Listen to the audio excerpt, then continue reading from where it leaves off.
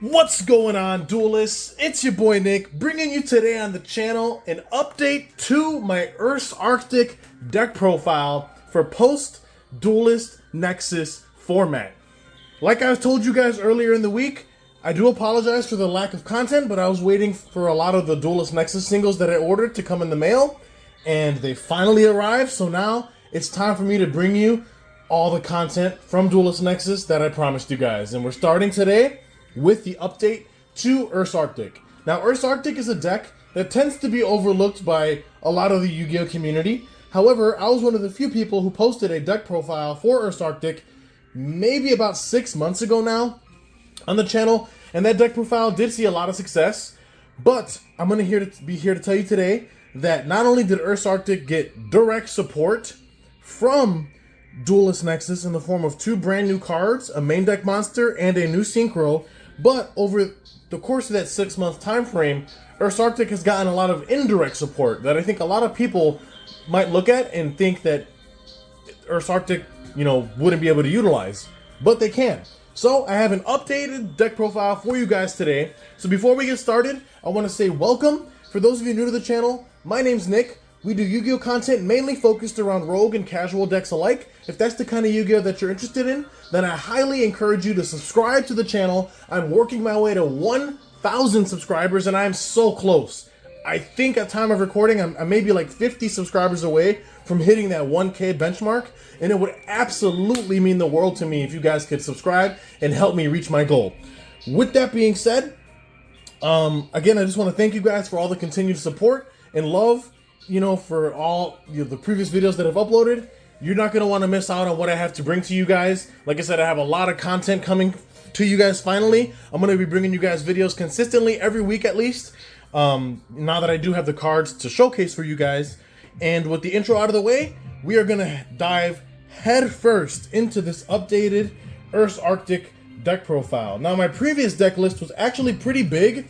It was 45 cards. This updated version, I was able to actually slim down quite a bit, and now we have it down to 42 cards.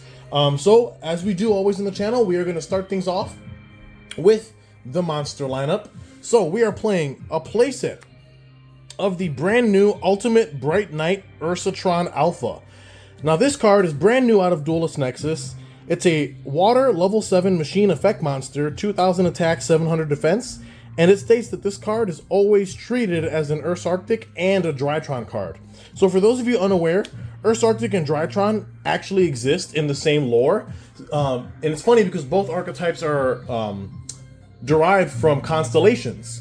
Ursa being, the Ursa major and minor constellation, and Ursa actually meaning bear in Latin, which is actually pretty cool in my opinion, since they're space bears or aka polar bears. So this card, it's actually really interesting because it states it cannot be normal summoned set. It must be special summoned by a card effect, which includes its own effect. And it states if you control an Ursarctic or a Drytron monster, except a copy of itself, you can special summon this card from your hand, then add an Ursarctic or a Drytron spell trap from deck to hand. You can only use this effect once per turn.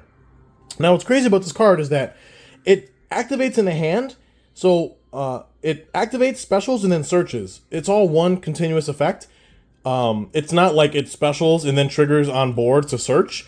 If it resolves in the hand, then once it hits the field, you're guaranteed to search a spell trap, which is nice because Ursarctic specifically previously had no reliable way to search their spells and traps, and now we do through the form of this card, which is very searchable since it's always treated as an Ursarctic. So you want to max out on triple copies of this. This card's an amazing extender for the deck and also increases the ceiling because of the fact that you now have the ability to search for a lot of the Ursarctic spells and trap that were previously unsearchable. So 3 copies of that. Moving on, we played triple copies of the first minor bear in the form of Ursarctic McPolar. So Ursarctics, with the exception of the brand new card because he's a machine, Ursarctics fit themselves into 2 categories. They're either minor bears or major bears. Now the minor bears are all level 7 water beast effect monsters.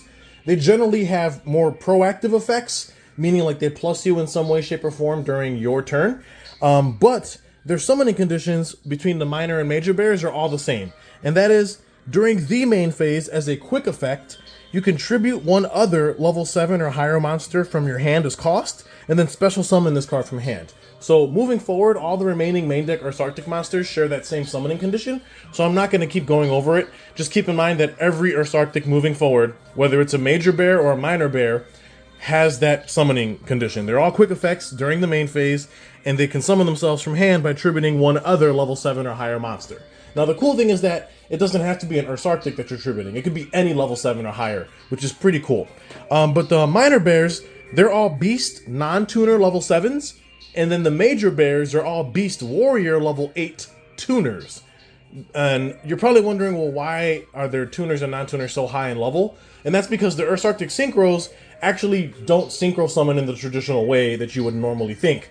Konami tried to introduce like the dark synchro mechanic from the anime, and Ursarctic synchro summons by kind of like reverse synchro summoning. And I'll explain how that works when we get to the extra deck. But anyway, you want to max out on triple copies of McPolar, him being, in my opinion, the most important minor bear. And that's because upon his special summon, he can add an Ursarctic monster from the deck to your hand, except a copy of himself. So he's basically a Rhoda for the entire theme, also allowing you to search for the brand new monster, Ultimate Bright Knight Ursatron Alpha, because he is always treated as an Ursarctic card, which I think is very cool. So you want to max out on McPolar. Also, one more thing I do want to bring up is that once you activate their hand effects to special themselves, for the rest of the turn, you're not able to special summon monsters except monsters that have a level. So keep that in mind. You're not able to like link summon or exceed summon because those monsters don't have levels. So all you're able to do is synchro and or fuse, which is pretty interesting. But so triple McPolar, like I said, it's an amazing starter for this theme. Moving on to the other minor bears you play, we're on one McTanis and one McBillis. Now this might seem like an awkward ratio, but it makes sense when you keep in mind that the new Ursarctic, although he's not a minor bear necessarily, he kind of becomes one because he is a level 7 non-tuner. The typing doesn't matter so much, but the fact that he's a level 7 non-tuner kind of makes the new main deck monster a minor bear in a way. Which means that we could cut down on our other minor bears, since we don't want to clog necessarily on having too many monsters. So McTanis and McBillis again have the same summoning condition as McPolar, but each of them have their own unique effects. McTanis, upon special summon, can target an Ursarctic monster in the graveyard except himself and add it back to the hand. So one thing that I like about McTanis as well as McPolar is that these are two minor bears that actually net you advantage back when they're actually summoned, assuming their effects resolve, of course. So because the deck is inherently very neggy, since every monster has to tribute one other monster to be able to do anything, you're constantly going neg 1 most of the time in terms of card advantage, which is inherently very bad. But at least McTanis and McPolar kind of recoup that loss by letting you add a card from either deck or graveyard respectively, depending on which one we're discussing. And then McBillis, we usually just play one of this in my opinion, because between McTanis and Polar, McBillis is the only bear that doesn't actually net you an advantage. And what I mean by that is, McBillis, upon special summon, all he lets you do is special summon an Ursarctic monster from your hand except himself. Now that's cool, but he doesn't actually plus you in terms of card advantage, unlike the way McTanis and Polar actually do. So we're just playing one McTanis, one McBillis, and honestly the ratios have been perfect because of all the searchability we have now. Now that our spells are searchable through the brand new monster, we can activate cards like Ursarctic Departure to search these cards even though they're one-ofs, and we can recycle them very easily with some of the other spells we're playing. But 1 and 1 for that. Now that rounds out the minor bears. Now we're going to move into what we call the major bears, and that is the Beast Warrior level 8 tuner monsters. So we're going to lead things off with MegaTanis to start. Now, what I was saying about the minor bears is the minor bears tend to be more proactive, whereas the major bears tend to be a bit more reactive. And what I mean by that is the major bears have the same summoning condition as the minor bears, where they have to tribute a monster to special themselves, but the major bears, aside from them also being bigger bodies, because unlike the minor bears, the major bears actually have formidable attack values. The major bears, when they're special summoned, as long as you control another Ursarctic monster when they're summoned, they have an effect that usually disrupts the opponent in some way. Unlike the minor bears, which are more like proactive, where you can activate them on your turn and they plus you, the major bears kind of disrupt the opponent. So MegaTanis, specifically, when he's special summoned, and we control another Ursarctic monster, we can target a face-up monster the opponent controls, change it to face-down defense position. So this card is effectively Book of Moon on legs on a 2400 body, which I think is very cool. Keep in mind that all of the Ursarctics, whether they're major or minor bears, they're quick effects to summon. So you can actually summon the major bears during the opponent's turn and actually be able to use their more reactive effects to disrupt your opponent. So this card is effectively Book of Moon, which I think is very cool. Next up on the list is triple copies of Mega Polar. Mega Polar is really cool. He's a level 8 Water Beast Warrior Tuner monster, 2500 attack. And when this card is special summoned and you control another Ursarctic monster, you can target a spell trap your opponent controls, destroy it. So this card is effectively Mystical Space Typhoon on the 2500 body, which I think is very cool. The fact that the deck does have built-in spell trap removal is pretty nice, because not every archetype is fortunate enough to say that. Then to round out the major bears, we played 2 copies of Ursarctic Mega Billis. Mega Billis being the biggest major bear in terms of stats at a whopping 2800 attack. Mega Billis, when he is special summoned while you control another Ursarctic monster, you get to target a card in your opponent's graveyard and banish it, which I think is very, very cool. It pretty much functions like a pseudo DD Crow for the theme. Now, the reason why we just played 2 Mega Billis, as opposed to like Tannis and Polar, which we're on playsets of, is because Billis, in my opinion, while he is a DD Crow of sorts, he is a bit slow. And technically all the major bears suffer from this issue, and what I mean by that is because while they're quick effects to summon themselves from the hand, their on-field effects, when they're special summoned, are actually trigger effects. Meaning that you can quick effect, like Chainlink 5, for example, Mega Billis in hand to summon, but then Chainlink 4, 3, 2, and 1 have to resolve before Mega Billis can activate its Spell Speed 1 trigger effect on summon. So in this case, being able to banish a card from graveyard, which makes it a bit slow, because let's say your opponent activates Monster Reborn, for example, to target like a Blue Eyes White Dragon engrave. You can chain Mega Billis in response to Reborn.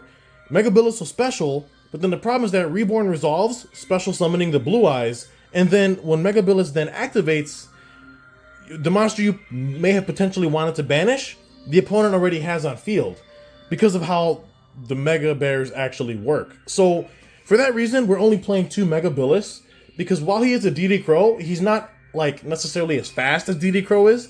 So I felt like he was the least impactful major bear. At least like Tannis is a Book of Moon and Polar's a MST, which in my opinion tends to come up way more against more matchups, whereas a DD Crow can be a little bit more situational against most decks, at least in my opinion. But if you counted up the minor bears, assuming you count the Ursatron Alpha as a minor bear, we're on a ratio of 8 minor bears and 8 major bears, if you do the math. So having an equal number of major and minor bears, in my opinion, just seems right, because you're always going to have a good mixture of the two, at least in the deck. That way, you know, you can constantly go into your Ursarctic synchros. So that rounds out the archetypal monsters. Now we're going to move into some more tech choices and like hand traps and stuff. So next up is a playset of what I like to refer to as my normal summon package of this deck, and that is going to be 3 Righty Driver followed by 2 Lefty Driver. Now, Righty Driver is a Earth level 1 machine tuner effect monster. Lefty Driver is a Earth level 2 machine effect monster. Righty Driver is a really good starter in this deck, in my opinion, because if you notice, one thing about the Ursarctics is that you don't actually normal summon them. The deck doesn't actually have a normal summon. All the bears special themselves, which means that you can actually play a normal summon engine in this deck to help facilitate, you know, your lines. And Righty Driver is perfect for that, because if this card is normal summoned, you can special summon a Lefty Driver from your hand, deck, or the graveyard.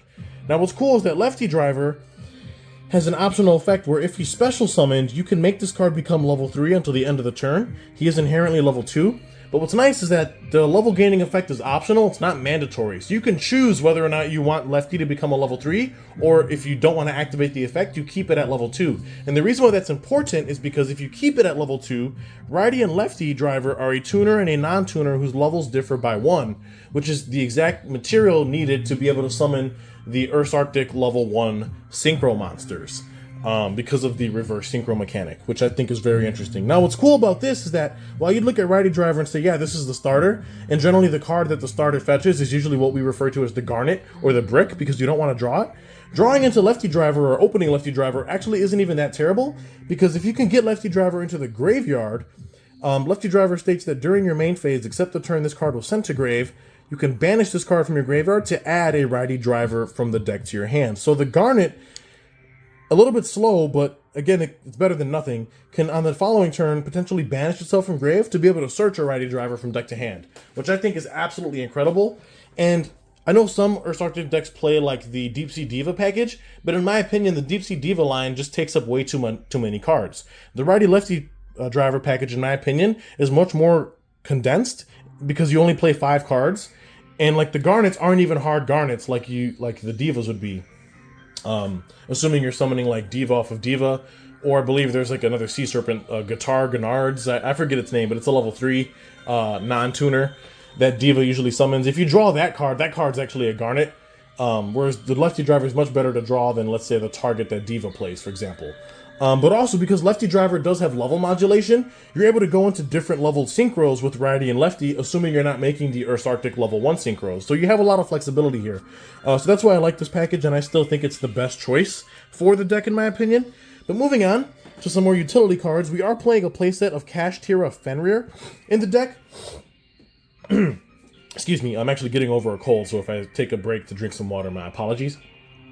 But we play a playset of Kashtira Fenrir, and the reason for that is because Fenrir effectively acts kind of like a pseudo minor bear, because if you control no monsters, he can special himself for free, and then you can use Fenrir's effect to search another Fenrir, which effectively like gives you a monster that a bear in hand could tribute, while also Fenrir on field just being a 2400 body that also poses a pretty big threat for your opponent to have to overcome. So we max out on Fenrirs because it's just a great card in my opinion, whether you're going first or going second. And like I said, his level just fits perfectly with the way the deck works. So we play 3 of that. Up next is 1 Crystal Girl. This is just a 1-of as a tech choice. It's a great discard fodder off of one of the Ursarctic spells, because it states, if this card is normal or special summoned, you can activate this effect during the end phase of this turn. Add a level 5 or higher water monster from deck to hand. So Crystal Girl effectively searches any of your Ursarctics, kind of like how McPolar does. But what makes her cool is that if we control a level 5 or higher water and Crystal Girl's in our graveyard, we can actually special summon the Crystal Girl from grave for free, but banish it when it leaves the field. So if we can get Crystal Girl to the graveyard and we put a bear on field, Crystal Girl can summon herself from grave, activate her effect to search for any bear at end phase, while also giving us a free level 1 body to make synchro plays with, which I think is very cool. So we play 1 of that. And then we also run a copy of Borload Riot Dragon. Now, this card is a very interesting tech choice that I'm trying out, and so far it's been working wonderfully. So Borload Riot Dragon is a level 8 Dark Dragon ritual, obviously. However, we don't play this card to summon. We actually play this card for its graveyard effect inherently. Now, Borload Riot Dragon is a level 8 monster, which means that we can tribute this card as the cost to summon any of our Ursarctics to field.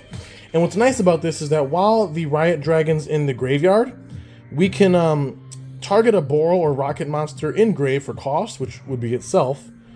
Then we can destroy a card we control or in our hand, and if we do, add this target from grave back to hand. Now, the reason why that's important is because one of the Ursarctic spells, Ursarctic Radiation, which we'll get to momentarily, states that you can only control one of it, and it puts counters on itself to let you draw cards, but once you expire all the counters off of it, the radiation just kind of sits there and doesn't do anything. So this is a great way to be able to pop our own radiation, add this card to hand, so that we can potentially activate another radiation, and then have this card in hand as a tribute fodder for a bear to put it back in grave, and then do it all over again.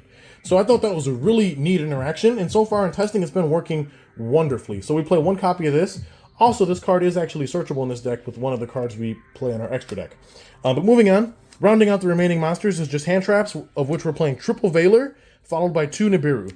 The Veilers we play specifically because of how much we can draw on this deck, which we'll talk about when we get to the spells. Veilers are hand traps that we can draw into, and they're not once per turn. So even if you draw duplicates, they're always live. And Nibirus are nice because thematically it fits the theme, given that Ursarctics are like polar bears in space. You know, there's probably asteroids in space, most likely. But Nibiru, besides it being an amazing hand trap that I still feel a lot of people don't respect, the fact that it's a level 7 or higher monster that we contribute for a bear in the event that we don't need it just makes it all that much better. So those are the hand traps of choice for the deck, and that's going to round out the monster lineup. Again, this is a 42 card deck. Now we're going to jump into the spells, of which we are playing triple copies of Ursarctic Radiation. Best card in the archetype, in my opinion. If this card did not exist, there would be no reason to play Ursarctic because of how incredibly neggy they would be. This card tries to fix that issue, and I think it does a good job of that. It's a continuous spell that states, activate this card by placing 7 counters on it. Each time an Ursarctic monster or monsters is special summoned from the hand or extra deck, you can remove a counter from this card to draw a card. That's not once per turn.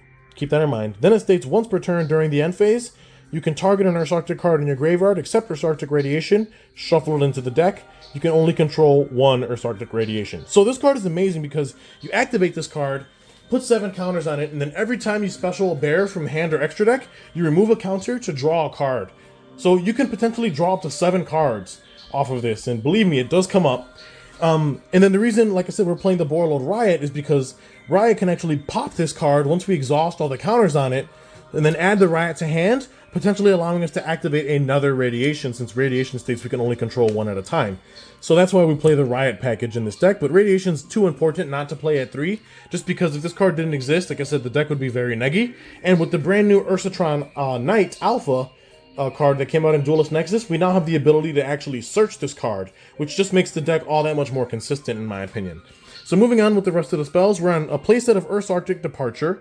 This is a card that's a mainstay in the deck in my opinion. It's pretty much a Rhoda, a double Rhoda. So at the cost of a discard, you can add 2 Ursarctic monsters from deck to hand. Then it states if you attribute a monster or monsters to activate an Ursarctic monster's effect, except the turn this card was sent to grave, you can banish this card from grave instead. So not only is this card a double Rhoda, but the turn after it's been sent, it can actually banish itself from grave to mitigate the cost of tributing a bear. Since all the bears have to tribute other monsters to summon, instead of tributing that monster, you can banish Departure from grave instead, and then just summon the bear for free, which is amazing. So obviously you play 3 of this. Then to round out the spells, we're on double Ursarctic Slider, which is effectively Monster Reborn, but it can also, besides special summoning from graveyard, it can also special summon from the Banished, which I think is cool, so 2 copies of that. Then we play 1 copy of Ursarctic Big Dipper, which is their field spell. We play 1 of this because we can actually activate this from deck off of Ursarctic Polari, one of their synchros. And every time a monster is special summoned, you place a counter on this card. Then, if this card has 7 or more counters, and you control an Ursarctic Synchro, you can remove all counters from this card to then target a monster your opponent controls and take control of it permanently, which is nuts. And then in addition to that, once per turn, if a monster, if an Ursarctic monster would tribute a monster to activate its effect, you can banish a level 7 or higher Ursarctic from grave instead. So Big Dipper also, once per turn, allows you to mitigate the cost of tributing, which I think is cool. Then the last spell we play is just 1 called by, because again, you just want to stop hand traps. And then to round out the 42 card main, we play 1 trap card in the form of Ursarctic Quint Charge. Now this card has a lot of text on it. However, the only relevant effect that's always going to come up is the first bullet point, where it says once per turn, pay 700 life points to then add an Ursarctic monster from grave to hand. That's really all you use this card for. The other effects, while they're cute, they never actually come up.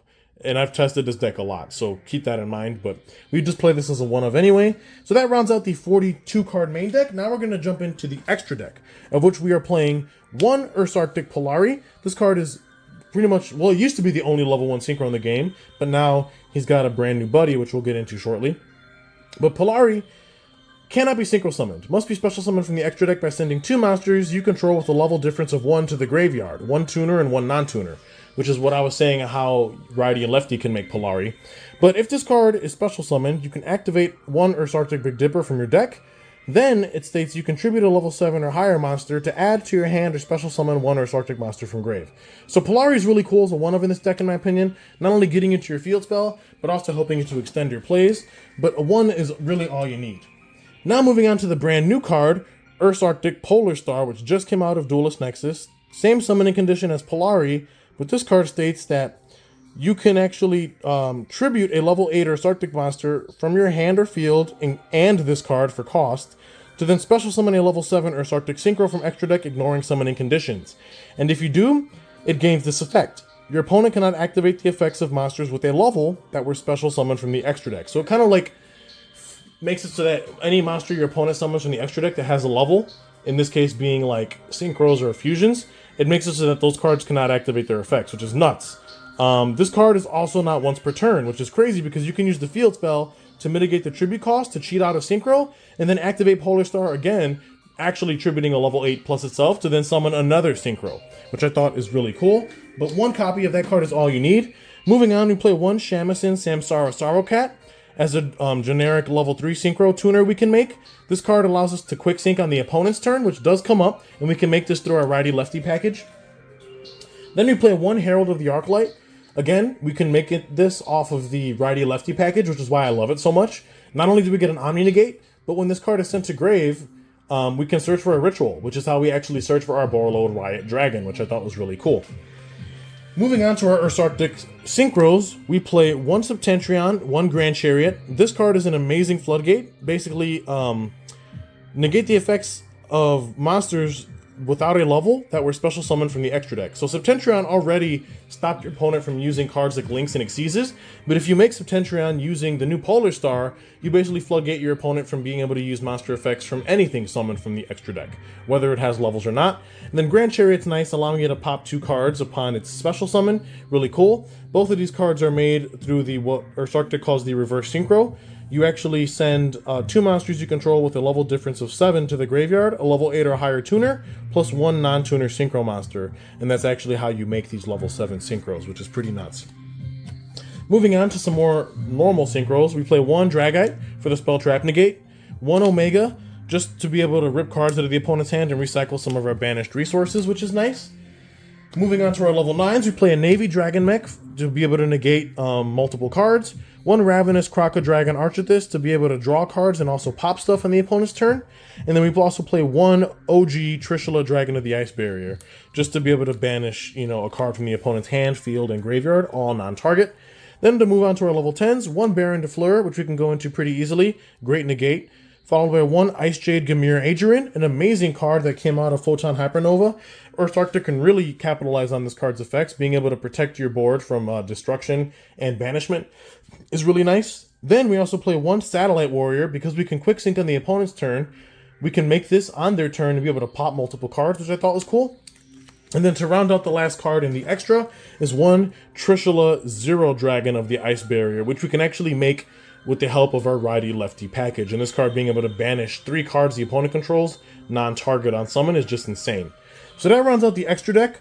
All synchros all day long. No fusions, links, or exceeses here. Ursarctic does not have time for any of that. But now moving on to the side, and again, the side is up to personal preference, so don't necessarily take this as a given, but this is the side that I'm choosing to play with. We side triple copies of Alpha the Master of Beast. Not only is this a level 8 or a level 7 or higher monster that you contribute to summon a bear, but going second, this card is amazing at being able to break opponents' boards, especially since all the Ursarctics are beasts and beast warriors. Specifically, you can potentially return Alpha and any Ursarctic to bounce multiple cards the opponent controls. So going second, Alpha the Master Beast is very strong. We do side the third Nibiru for decks that don't respect it. Then for our back row removal, we play a playset of Galaxy Cyclone. Maybe not the best form of spell trap removal, but I felt that thematically, since again, they're bears in space, Galaxy Cyclone, they're in the galaxy. I just thought it was kind of cool and kind of cute. So we play 3 of that for our back row matchups. For going second, we also play 2 Dark Hole. Again, just thematically, they're bears in space. They're probably black holes in space, and I just thought it was pretty cool. So Dark Hole, I think, in my opinion, is also underrated. And then if we're going first, this is brand new out of Duelist Nexus. It's a TCG exclusive. We play a playset of Synchro Force back in the side. This is a normal trap that states target monsters on the field up to the number of Synchro monsters with different names we control. Return them to the hand. So this card is effectively a compulse for potentially multiple cards. And since all we do is Synchro Summon in this deck, this card is usually live. So this is nice to side into if we know we're going first, just to have additional disruption for the opponent to have to worry about. And then for our back row matchups, since if you realize something, we only main deck 1 trap card. So if you come across against like a Labyrinth player, a Trap Tricks player, or just a deck that like plays a bunch of floodgates, well on the side, we play triple Royal Decree for all of those lovely trap players that can sit across from you in frustration while you flip Royal Decree and all their traps are effectively dead. So that rounds out the update for Ursarctic for post-Duelist Nexus. Let me know what you guys thought of this amazing 42 card deck list. Like the video, comment down below. If you can get this video to, let's say, 25 likes, I'll keep it simple. I'll bring you guys the combos and test hands. So with that being said, guys, subscribe. I'm working my way to 1,000 subs. It means the world to me if you can help me do that, get there.